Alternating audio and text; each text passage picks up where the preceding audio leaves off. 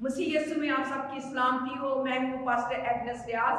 और आज मैं आपके सामने खुदा के कलाम में से चंद आयात लेकर आई हूँ, जिनमें हम सबसे पहले देखेंगे मत्ती की इंजील 5वां बाब और उसकी 38 और 39 आयात। तुम सुन चुके हो कि कहा गया था कि आंख के बदले आंख और दांत के बदले दांत, लेकिन मैं तुमसे ये कहता हूँ कि शरीर का मुकाबला ना करना, बल्कि जो कोई तेरे दाहिने गाल पर तमाचा मारे तो दूसरा भी उसकी तरफ फेर दे। इन आयात में हम देखते हैं कि हमारे मसीहा ने, हमारे गुलाम यीशु मसीह ने, जो हमारे बहुत ही अजीम मौलम है, उस्ताद है, उन्होंने हमें ये सिखाया कि हमें बदला नहीं लेना, हमें मुकाबला नहीं करना। साफ जाहिर है कि यहाँ लिखा गया कि शरीर का मुकाबला नहीं करना,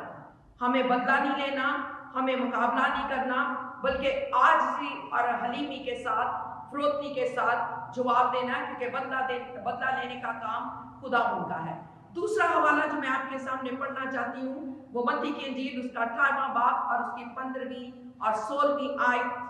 अगर तेरा भाई तेरा गुनाह करे तो जा और खलवत में बातचीत करके उसे समझा। अगर वो तेरी बात सुने तो तूने अपने भाई को पा लिया, अगर ना सुने तो एक दो आदमियों को अपने साथ ले जा, ताकि हर बात 2-3 गवाहों की जबान से साबित हो जाए। यहाँ भी वाज़े तौर पे हमें खुदा यीशु मसीह ने सिखाया है कि अगर कोई तेरा गुनाह करे, यानी अगर कोई तुझे दुख दे, अगर तेरे खिलाफ कोई बात करता है, अगर कोई ऐसा इल्जाम लगाता है जो तुझे पसंद नहीं है, तो अपने भाई को, यानी अपने जिसने तेरे बारे में बात की है, तो उसको समझा, उससे बातचीत कर। अगर वो नहीं सुनता तो चंद आदमियों को लेकर जाके उसे समझा, क्योंकि हमें बातचीत के साथ हल करना है, एक दूसरे को समझाना है। यानी इन हालात में दुनिया में रहते हुए मिसअंडरस्टैंडिंग हो सकती है, कोई बातचीत हो सकती है, कोई एक दूसरे के खिलाफ बात कर सकता है, तो उस बजाय के उसका मुकाबला करें, ईंट का जवाब पत्थर से दे, बल्कि ऐसा करें कि उसको जाकर समझाएं। अगर वो ना बात सुने तो जरूर चंद दानिशवर आदमियों को, चंद समझाने वाले आदमियों को, आदमियों को अपने साथ ले जाकर उसके साथ बातचीत करें, ताकि माहौल जो है वो फिर से सुलह जो हो जाए, एक दूसरे के साथ मिलकर चले और खुदा की खिदमत करते चले। तीसरा हवाला जो मैं आपके सामने पेश करना चाहती हूँ है पहला पतरस उसका 2 बाब और उसकी 23 आयत। ना वो गालियां खाकर गाली देता था और ना दुख पाकर धमकाता था, बल्कि अपने आप को सच्चे इंसाफ करने वाले के सुपुर्द करता था। यहाँ हम देखते हैं कि खुदा यीशु मसीह के बारे में लिखा है कि उसने पूरी मिनिस्ट्री में जब जब वो खिदमत करता था, जहां जहां उसने खिदमत की, कभी नासरत में, कभी गलील में, कभी यरदन के किनारे, कभी मजमे में, तो जब वो खुदा के कलाम को सच्चाई के साथ बयान करता था तो बारहा ऐसा होता था कि लोग पत्थर उठाते थे, उसको मारने के लिए तैयार हो जाते, लेकिन वो खामोशी के साथ वहां से निकल जाता था। कई बार आपने देखा भी है, उसे दुख दिया गया, उसे पहाड़ से गिराने की कोशिश की गई, लेकिन खुदा बड़ी फरोख्ती के साथ सब कुछ बर्दाश्त करता जा। अगर आप सलीब के पैगाम को देखें, सलीब के बारे में सुने, यीशु मसीह के दुख को याद करें, तो लिखा है कि उसके मुंह पे थूका गया, उसके हाथ और पांव में कील जड़े गए, उसकी पसली में भाला मारा गया, लेकिन वो चुपचाप जुल्म सहता रहा। जैसे ज़िबा करने वाले बर्रा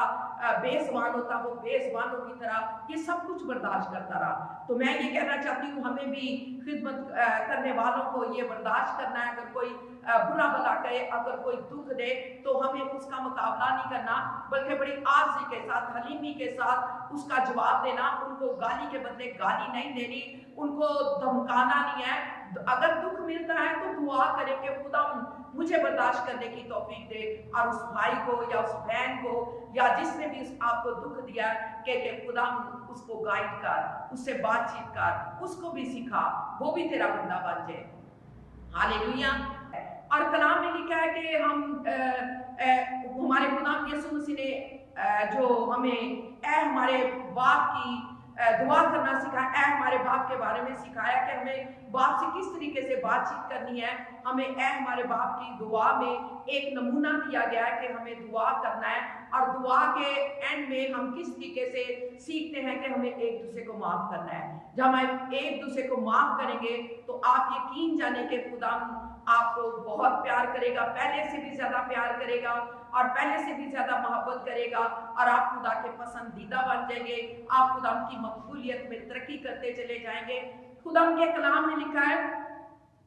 کہ چراغ جلا کے پیمانے کے نیچے نہیں بلکہ پیمانے کے اوپر رکھا جاتا ہے تاکہ اس کی روشنی جو ہے وہ گھر کے لوگوں تک پہنچے، اور آگے خدا کے کلام میں لکھا ہے ایسی ہی تمہاری روشنی دنیا تک پہنچے تاکہ تمہارے نیک اعمال کو دیکھ کے تمہارا باپ جو آسمان پر ہے اس کی تمجید ہو سکے۔ تو ہمارے اعمال سے خدام کی تمجید ہونی چاہیے، ہمارے کردار سے خدام کی تمجید ہونی چاہیے، ہماری گفتگو سے جو پرفضل ہو اس کی تمجید ہونی چاہیے، تاکہ ہماری گفتگو سے، کردار سے، رفتار سے لوگ دیکھیں کہ یہ خدا کے لوگ ہیں، ہمارے چہرے کی تمکنت کو دیکھ کر لوگ پہچانے کہ یہ خدا کے لوگ ہیں، ہمارے چہرے کی رونق کو دیکھ کر لوگ پہچانے کہ یہ خدا کے لوگ ہیں، ہماری برداشت کو دیکھ کر لوگ پہچانے کہ یہ خدا کے لوگ ہیں، ہماری غنیمی کو دیکھ کر لوگ پہچانے کہ یہ خدا ان کے برگزیدہ ہیں، ہماری برکت چاہنے کی عادات کو دیکھ کر، ہاتھ بڑھانے کو دیکھ کر، بھلا بھلا کہنے والوں کی طرف صلح کی ہاتھ کو بڑھانے سے لوگ دیکھیں کہ یہ خدا کے جلال کے وارث ہے۔ ہاللیلویہ، خدا کا آپ کو برکت دے۔ Thank you. خدا کے کلام میں لکھا ہے کہ چراغ جلا کے پیمانے کے نیچے نہیں بلکہ پیمانے کے اوپر رکھا جاتا ہے تاکہ اس کی روشنی جو ہے وہ گھر کے لوگوں تک پہنچے، اور آگے خدا کے کلام میں لکھا ہے ایسی ہی تمہاری روشنی دنیا تک پہنچے تاکہ تمہارے نیک اعمال کو دیکھ کے تمہارا باپ جو آسمان پر ہے اس کی تمجید ہو سکے۔ تو ہمارے اعمال سے خدام کی تمجید ہونی چاہیے، ہمارے کردار سے خدام کی تمجید ہونی چاہیے، ہماری گفتگو سے جو پرفضل ہو اس کی تمجید ہونی چاہیے، تاکہ ہماری گفتگو سے، کردار سے، رفتار سے لوگ دیکھیں کہ یہ خدا کے لوگ ہیں، ہمارے چہرے کی تمکنت کو دیکھ کر لوگ پہچانے کہ یہ خدا کے لوگ ہیں، ہمارے چہرے کی رونق کو دیکھ کر لوگ پہچانے کہ یہ خدا کے لوگ ہیں، ہماری برداشت کو دیکھ کر لوگ پہچانے کہ یہ خدا کے لوگ ہیں، ہماری غنیمی کو دیکھ کر لوگ پہچانے کہ یہ خدا ان کے برگزیدہ ہیں، ہماری برکت چاہنے کی عادات کو دیکھ کر، ہاتھ بڑھانے کو دیکھ کر، بھلا بھلا کہنے والوں کی طرف صلح کی ہاتھ کو بڑھانے سے لوگ دیکھیں کہ یہ خدا کے جلال کے وارث ہے۔ ہاللیلویہ، خدا کا آپ کو برکت دے۔ Thank you.